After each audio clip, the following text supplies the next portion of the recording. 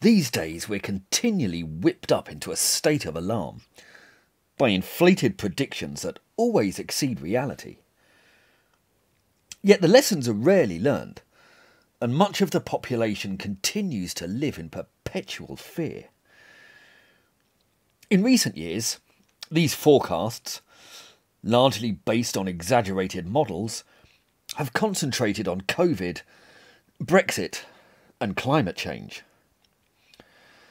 When Britain looked to open up in the summer of 2021, the experts screamed that it was too early and brandished models which forecast calamity. The government blinked and delayed early lockdown by a month. But when they finally did open up, the rate of infections fell sharply and then levelled off, with hospitalisations and fatalities a fraction of their previous levels. Yet, undeterred, the experts warned us again that these numbers would spike when schools went back in September. And their doom-laden warnings, meant to inspire fear in all of us, were completely wrong again. This still didn't give them pause. So 2 months later, they predicted that the numbers would rocket once more, and the figures then fell steadily for 5 straight weeks. Look, there's likely to be a bit of a rise in figures in the winter, because it's winter. But it really is long past time that anyone stopped listening to these fearmongers.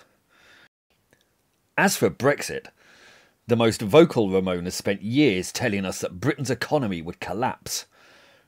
The shops would be completely stripped of food and medicine.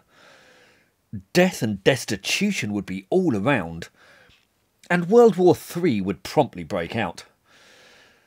All grossly inflated lies, because the short term saw the opposite happen, with COVID vaccines far more freely available in the UK than on the continent, and Britain's economy seeing a healthy bounce.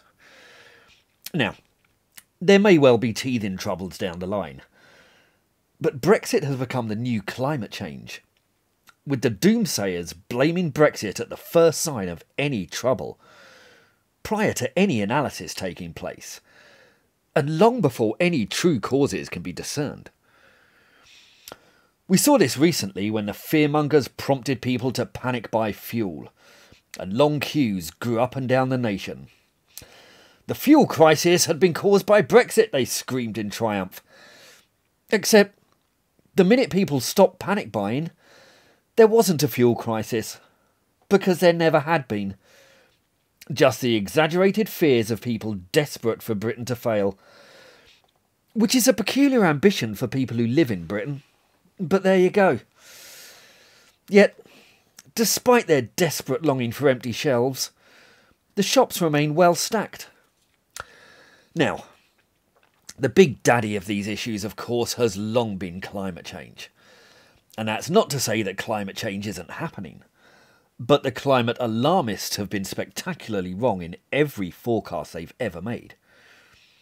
They also harumph that weather and climate are completely different things, unless an unusual weather event supports their cause, because then they promptly brandish it as irrefutable proof of all their direst warnings. Yet they remain immune to evidence that should raise doubts. The Northern Hemisphere just had its coldest and snowiest winter in decades, despite the alarmists telling us that snowy winters were over more than 20 years ago. And that event was promptly followed by Antarctica's coldest and iciest winter since records began. But the truth about the climate change issue is even more astonishing, because the alarmist industry relies almost completely on a notorious model called RCP 8.5. That model was always intended as an extreme and completely unrealistic one. It was never meant to be taken seriously at all. It's based on the idea that by 2100, half the world will get its energy from coal, that we will burn 10 times as much coal as we do today, and that we will even rely on coal to power all our cars and aeroplanes. RCP 8.5 is a thought experiment. a fiction that was never intended to be taken seriously at all. Yet this alarmist model supports the entire climate alarmist industry. The industry that dominates our lives, that hopes to wreck our economies and destroy our way of life. The Met Office and a raft of official government papers all have their predictions based on RCP 8.5. It's right there in the footnotes if you look.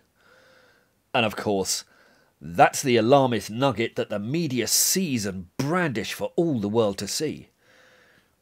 Yet it's based on the most brazen and outrageous of lies. One that was never designed to be taken seriously at all. Really. We should be looking at mad cow's disease as a comparison here. When that struck in the 1990s, Professor Neil Ferguson told us that millions would die and the population quailed with fear. Yet when Professor Philip Thomas of Bristol University suggested the death toll would be a few hundred, he was pilloried and mocked. But the reality was far from the millions of Ferguson's imagination. Just 178 died of mad cow's disease. Yet 30 years later, it's Ferguson who still gets given a platform to hurl alarmist warnings about COVID, while Thomas, the man who got it right, was consigned to the dustbin of history. I'd ask people to stop believing the hype, but deep down, I know that's a forlorn hope. If you'd like to support this channel, please like and subscribe, and if you're interested in these topics, I've written 2 books which go into them in extensive detail. They're called The Tyranny of the Left, and they're available on the links below. Please feel free to pick them up and let me know what you think. Thank you.